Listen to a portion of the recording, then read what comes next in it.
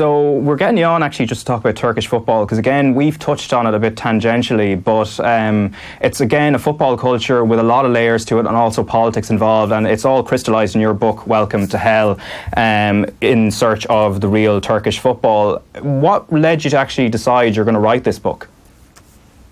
Well, Raf, I think the impression of Turkey in Turkish football in the UK and Ireland is this phrase, welcome to hell, right? Which comes from a game that Manchester United played in 1993 when they travelled to Istanbul to play against Galatasaray, and they were walked into the airport arrivals lounge and they were met by hundreds of fans screaming, shouting and holding banners written in English, welcome to hell.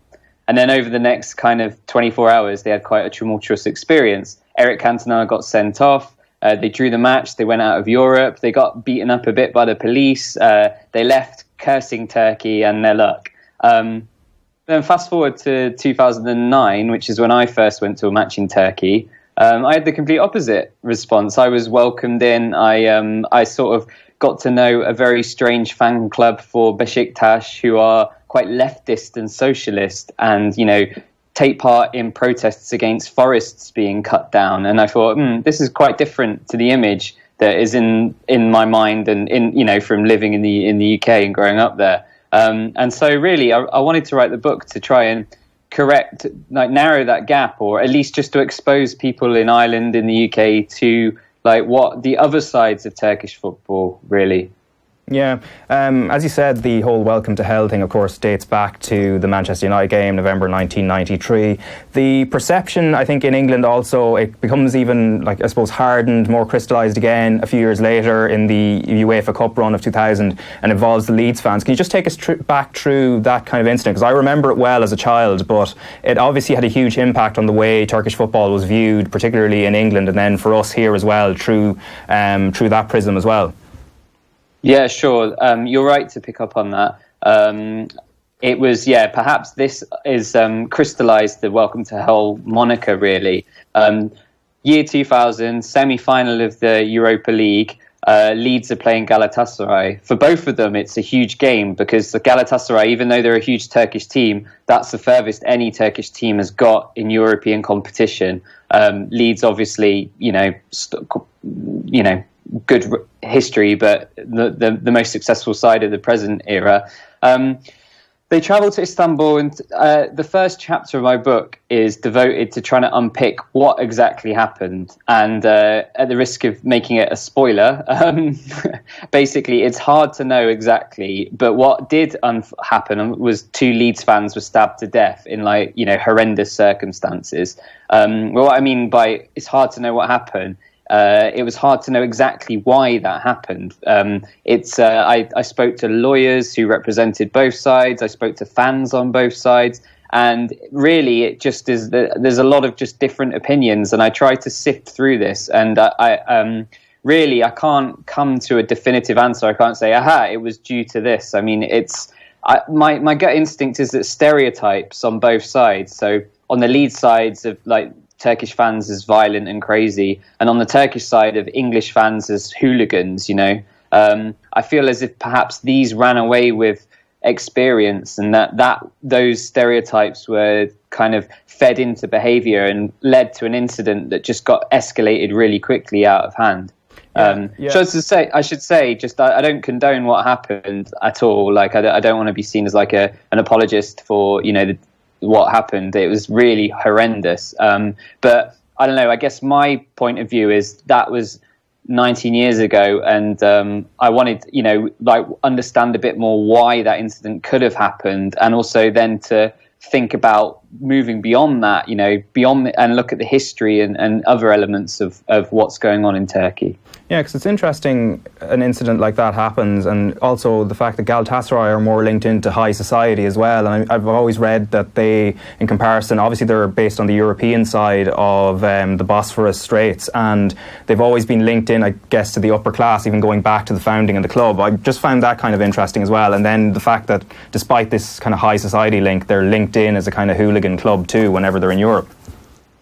Well, so this is an interesting point that basically in Turkey you've got 3 big teams. You've got Galatasaray, Fenerbahce and Beşiktaş. and they're all based in Istanbul, but actually about 90%, 90, of the whole population of Turkey supports one of those three teams.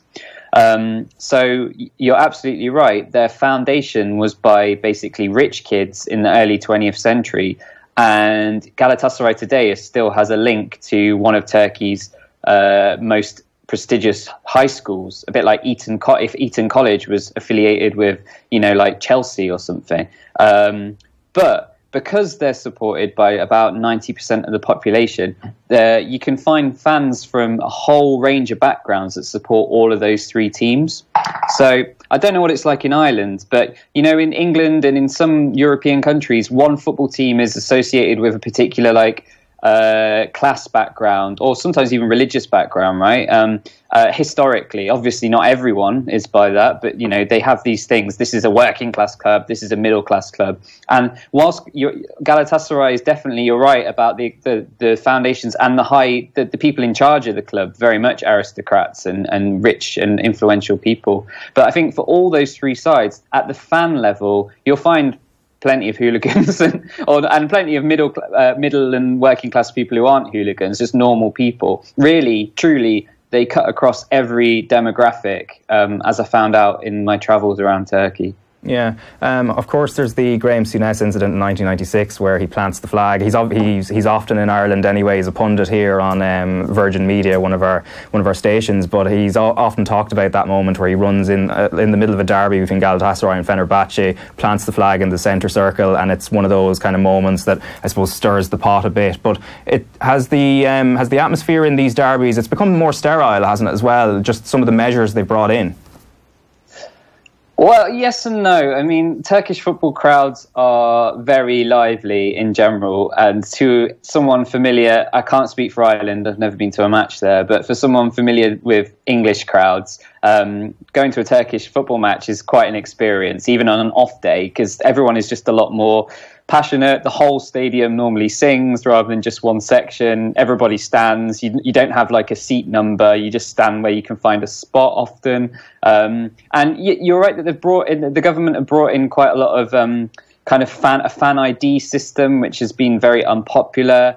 And they've increased punishments for bad behaviour, which have all sort of taken the edge off certain elements, but there's a still real kind of passion that is expressed during football matches. And I mean, it also, paradoxically, it hasn't really solved the certain issues with violence. I mean, this time last year, the Besiktas manager had to be taken to hospital because a Fenerbahce fan threw something at his head during a cup match last April. So this and that the game had to be abandoned, and it was sort of descended into chaos. So I don't know. It's a very lively experience, even on an off day. Although, of course, even 10 years ago, it was very different when I first went there. And of course, people who are older than me say, "Oh, if only you were here in the 80s, and you really would have seen what it's like." But I don't know. I'd encourage anyone,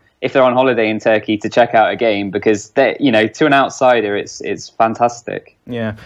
Your book takes us through a lot of different football clubs as well, outside of the big three, outside of Trabzonspor, who would be reasonably well known as well. Osmanlispor is one I've listed down here, so they're the security firm team. Is it right that non-attendance at a game, it's a sackable offence if you're a member of the security of the security firm itself?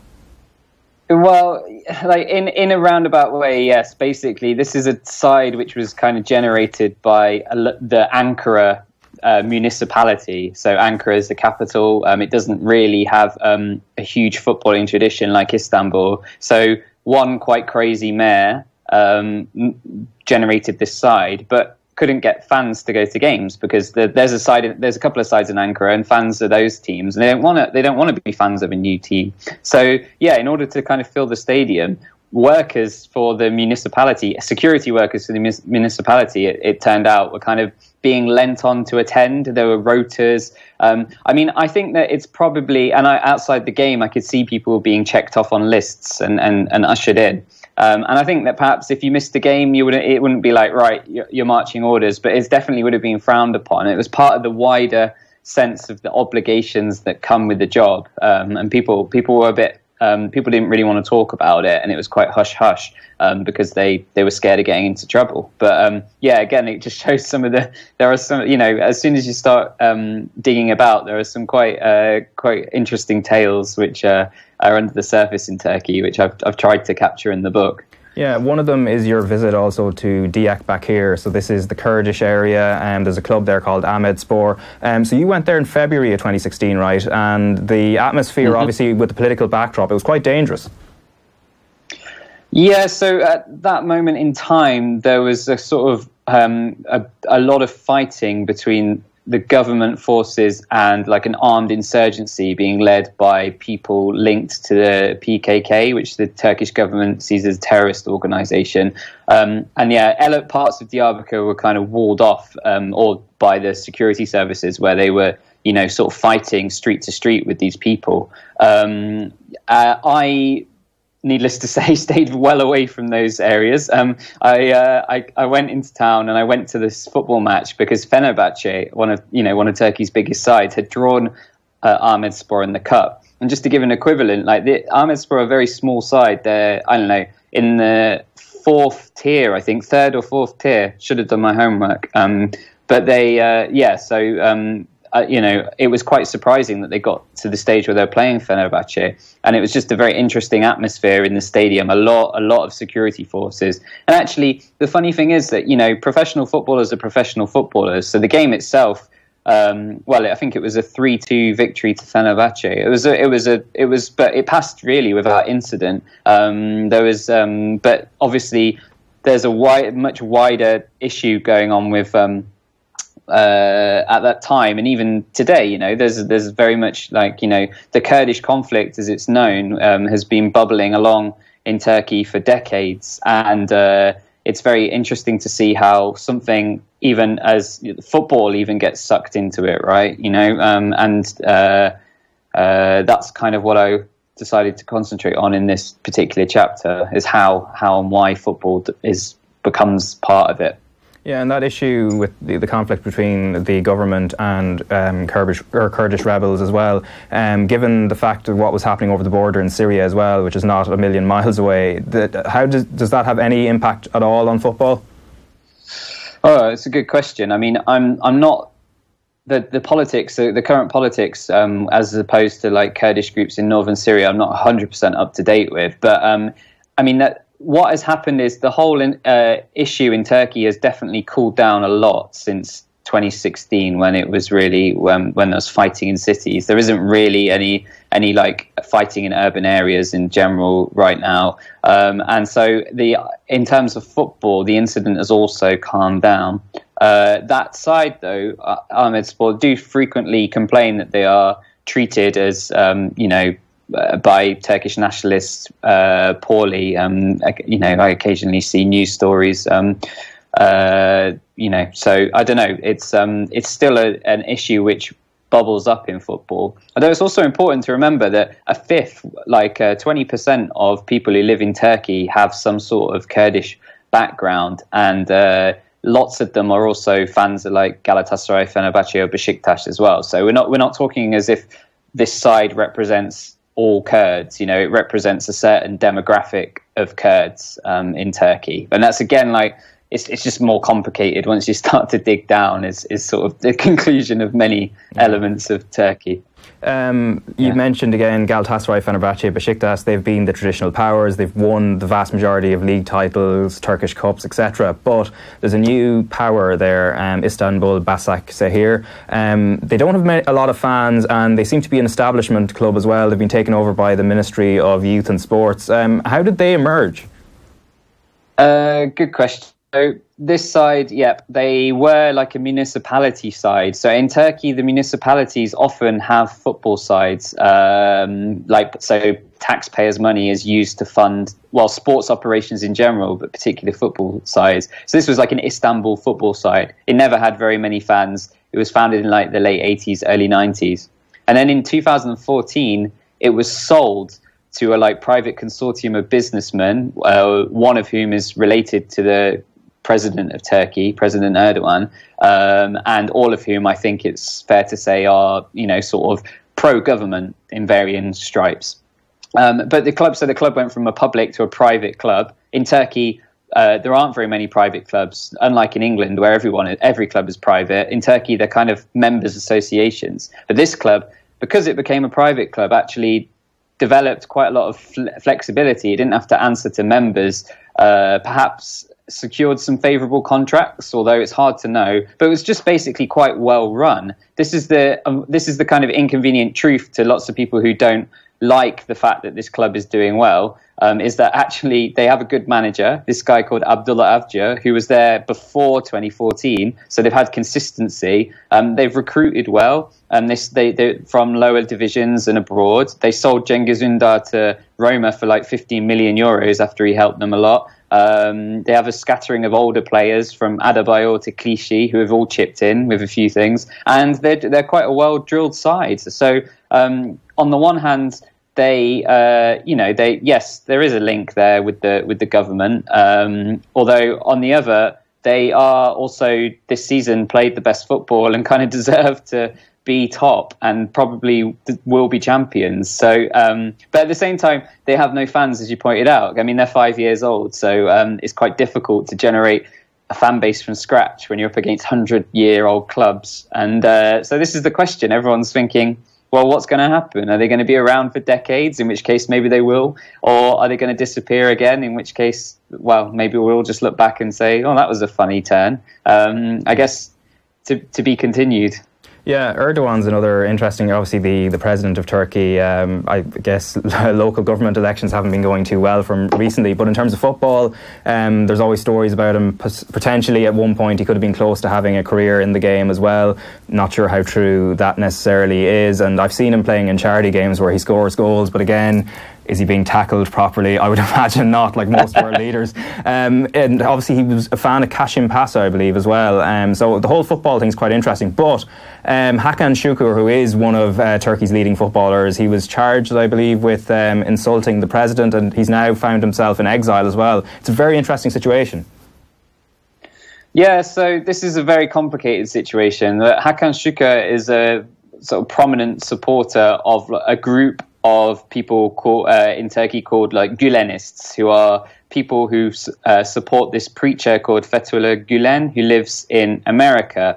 And for many years, this group was quite close to particular people in the government in Turkey. But in 2013, they fell out spectacularly. And since then, there's been a real purge within Turkey of people who are associated with this group. And in fact, the government blamed this group for the failed coup attempt in 2016. And you might remember that in July 2016. I mean, it's very hard to know for certain if that's the case, but they are certainly seen in Turkey as being behind that. And yeah, so Hakan Sukur was quite a prominent person within this group, and like he kind of saw which way the wind was blowing, I think, and left in 2013, just before the real intense crackdown, and he's moved to California and he's essentially in exile. Yeah, he's been charged with many elements. I mean, in Turkey, there are thousands and thousands of people in prison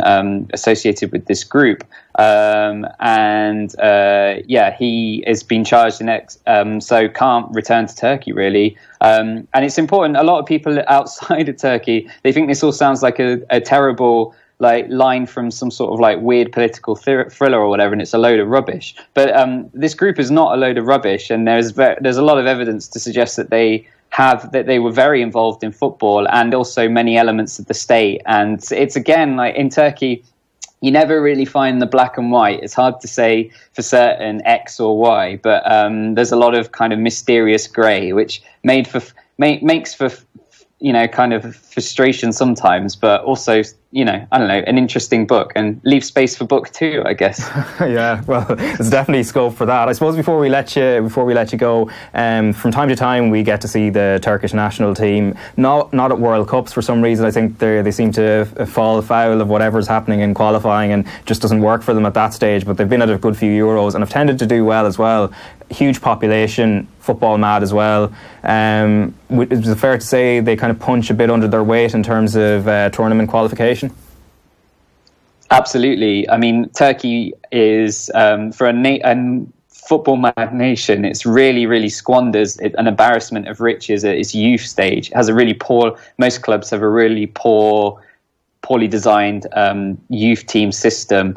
They're heavily reliant on basically convincing people of Turkish origin raised in Europe, so obviously mostly Germany, but in the Netherlands, the UK, people who are born and raised there to come and play for Turkey. And actually, just on that, actually, it's very similar to here, because I guess, I don't know how aware you are of the situation, or even the Declan Rice case, for example, but we would have a lot of players born in England and other places who we've attracted to play with Ireland, either through the youth teams or later on. And it seems now, with England not having a huge pool of players, there's now kind of a dilemma for some of the better ones, and like say Declan Rice or the Aston Villa footballer as well, Jack Grealish, they've all ended up kind of choosing England instead. So I guess there's a kind of similarity there with Turkey.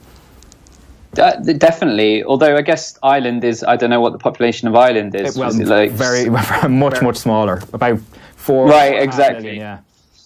4.5 million. So there's perhaps, when compared to England, you're looking at quite a misbalance in terms of, and the wealth within the football. But but between Germany, for instance, Germany and Turkey, the population's the same.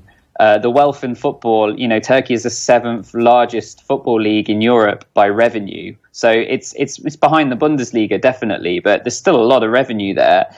So in a way, I find it less excusable in a way that Turkey is doing this. I mean, fine, look, I'm being a bit harsh, because if players can play for you, then by all means go and do that. But they lean too heavily on basically products of youth systems elsewhere, and so that they need to fix the youth system at home, I think, so that Galatasaray, Besiktas and Fenerbahce are generating, there's no class of 92 at any of these clubs. They've not produced consistently great top-notch players when they really could have. And maybe until that happens, it might be difficult for the national team to be consistently successful. So we'll see. Yeah, but anyway, John, thanks a million for taking the time to chat to us. Lots of fascinating things there in terms of Turkish football, but there's so much more to discover. And of course, it's in your book, Welcome to Hell, In Search of the Real Turkish Football. As you said, we might get a second edition at some point if, with more developments in Turkish football. But for now, anyway, thanks a million for taking the time to chat to us. No, thanks very much for having me, Raf.